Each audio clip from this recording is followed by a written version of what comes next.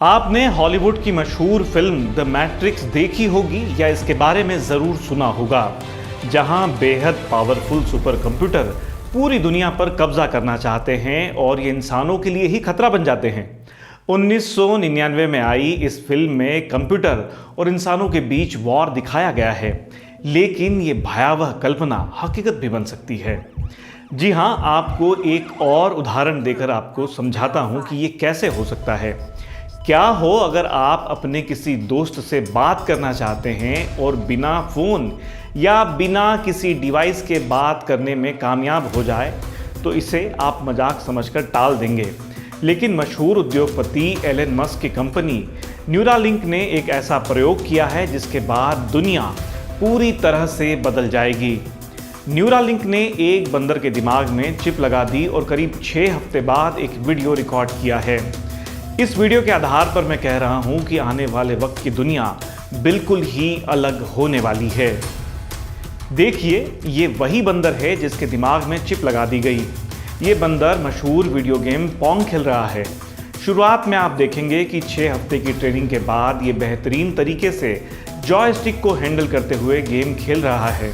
कुछ ही देर बाद इसके दिमाग में लगी चिप को एक कंप्यूटर से जोड़ दिया जाता है और बंदर के हैंड मूवमेंट समेत सभी महत्वपूर्ण चीज़ें रिकॉर्ड करनी शुरू कर दी जाती है।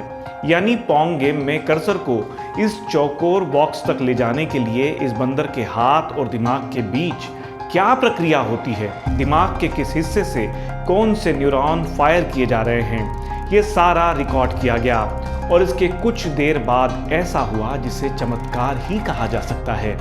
इस कंप्यूटर में आर्टिफिशियल इंटेलिजेंस और मशीन लर्निंग की मदद से बंदर के हाथों की मूवमेंट को लगातार प्रिडिक्ट किया जा रहा था। इस वीडियो गेम की जॉयस्टिक का कनेक्शन काट दिया गया, लेकिन बंदर को ये बात पता ही नहीं है और वो इस गेम को पूरी तरह से टेलीपैथी के जरिए खेल रहा है।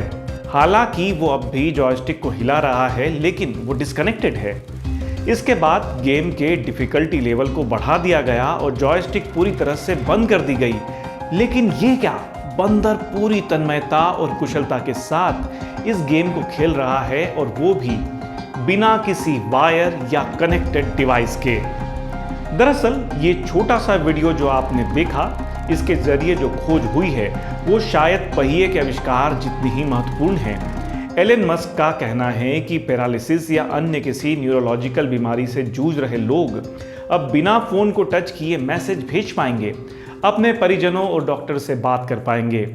ये खोज मानव जाति को पूरी तरह से बदल सकती है।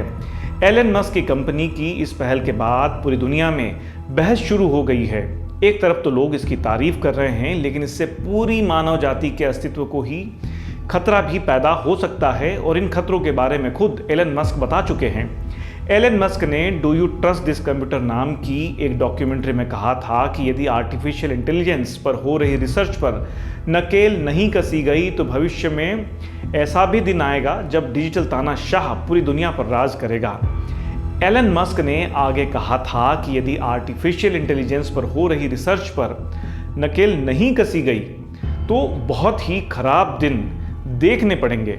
वैसे सिर्फ एलन मस्क की कंपनी ही आर्टिफिशियल इंटेलिजेंस पर काम नहीं कर रही है, फेसबुक भी इस दिशा में काफ़ी काम कर चुकी है। फेसबुक ने अपने फ्लैगशिप इवेंट F8 में इसका जिक्र किया था, जहां कोई भी व्यक्ति अपने फ़ोन को टच किए बिना ही फेसबुक पर पोस्ट कर सकता है, और इस बात को विस्तार से बताया गया था। हालांकि एलन मस्क और फेसबुक के founder mark Zuckerberg artificial intelligence के मुद्दे पर आपस में भिड़ चुके हैं। एलन मस्क ने तो यहां तक कह दिया था कि फेसबुक के फाउंडर की आर्टिफिशियल इंटेलिजेंस को लेकर समझ बेहद कम है। इसके कुछ दिन बाद ही फेसबुक को आर्टिफिशियल इंटेलिजेंस से जुड़ा अपना एक प्रोग्राम बंद करना पड़ा था। रिपोर्ट्स के अनुसार फेसबुक जिन 2 आर्टिफिशियल इंटेलिजेंस बॉट का इस्तेमाल कर रहा था, उन्होंने आपस में अपनी एक अलग भाषा विकसित कर ली थी।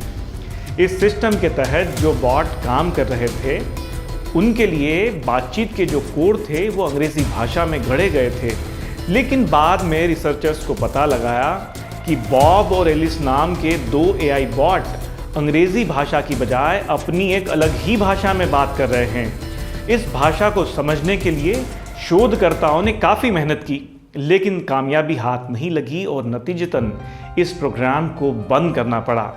यानी आप कल्पना कर सकते हैं कि कंप्यूटर्स ने आपस में एक ऐसा सिस्टम डेवलप कर लिया था जिसे समझना इंसानी दिमाग के बस में नहीं था, और यही सबसे बड़ा खतरा है। आप कल्पना कीजिए कि अगर ये चिप दुनिया के 1 लाख लोगों को भी लगा दी जाए तो वे सारे सुपर ह्यूमन बन जाएंगे और उन पर नियंत्रण करना नामुमकिन हो जाएगा। साथ ही अगर ये तकनीक इस्लामिक आतंकवादियों या फिर उत्तर कोरिया के सिर फिरे तानाशाह जैसे किसी व्यक्ति के हाथ लग जाए तो दुनिया का क्या होगा। दिलचस्प बात यह है कि एलन मस्क का यह मानना है कि डिजिटल सुपर इंटेलिजेंस इंसान कहीं हार ना जाए, इसलिए पहले से ही इसकी तैयारी करनी जरूरी है। उन्होंने 2019 में लैक्स फ्रीडमैन के पॉडकास्ट में बताया था कि हम कभी डिजिटल सुपर कंप्यूटर से ज़्यादा स्मार्ट नहीं हो सकते, इसलिए अगर हम उन्हें हरा नहीं सकते तो उनके साथ मिल जाना चाहिए। न्यूरालिंक असल में क्या करेगी, इसे लेकर मस्क ने कई बड़े बड़े संकेत दिए थे। उन्होंने कहा था कि टीवी सीरीज ब्लैक मिरर की तरह वह यादें सेव करके दोबारा प्ले कर सकेगी या टेलीपैथी से कार बुला सकेगी। इसके अलावा पैरालिसिस या दिव्यांगता के साथ जी रहे लोगों के लिए भी मददगार साबित हो सकती है। इन दावों को सच मानना एक्सपर्ट्स के लिए फिलहाल मुश्किल है। सितंबर 2020 में बिजनेस इनसाइडर को यूनिवर्सिटी ऑफ न्यूकासल के न्यूरोसाइंटिस्ट प्रोफेसर एंड्रू जैक्सन ने बताया था कि यह तकनीक मुमकिन हो सकती है, लेकिन उसके पीछे न्यूरोसाइंस ठोस नहीं है। वही एंड्रू हायर्स ने इस आइडिया को मस्क की काल्पनिक दुनिया बताया था। हालांकि उनका कहना था कि इसके रोबोट में एक फीचर है जिससे इंसान के दिमाग में मूवमेंट के हिसाब से चिप को दिमाग में लगाने का काम एडजस्ट किया जा सकता है। दिमाग में सांस लेने और धड़कनों के साथ मूवमेंट होता है। साइंटिस्ट इस तकनीक में इस्तेमाल की जा रही इंजीनियरिंग से तो खुश है, लेकिन इसके पीछे की न्यूरोसाइंस को वो चमत्कार बिल्कुल नहीं मानते। जैसे हर चीज के 2 पहलू होते हैं, वैसे ही इस बेहतरीन टेक्नोलॉजी से करोड़ों लोगों की जिंदगी बेहतरी के लिए भी बदल सकती है, या फिर इंसानों के लिए ये तकनीक भस्मासुर भी साबित हो सकती है। इस वीडियो को बनाने के लिए दोस्तों हमने बहुत मेहनत की है, इसलिए आपसे अनुरोध है कि अगर ये वीडियो आपको पसंद आए तो इसे लाइक और शेयर ज़रूर करिए और हमारे चैनल को सब्सक्राइब करना बिल्कुल ना भूलें। तो ये थी कहानी साइंस और टेक्नोलॉजी की ज़िंदगी से जुड़ी।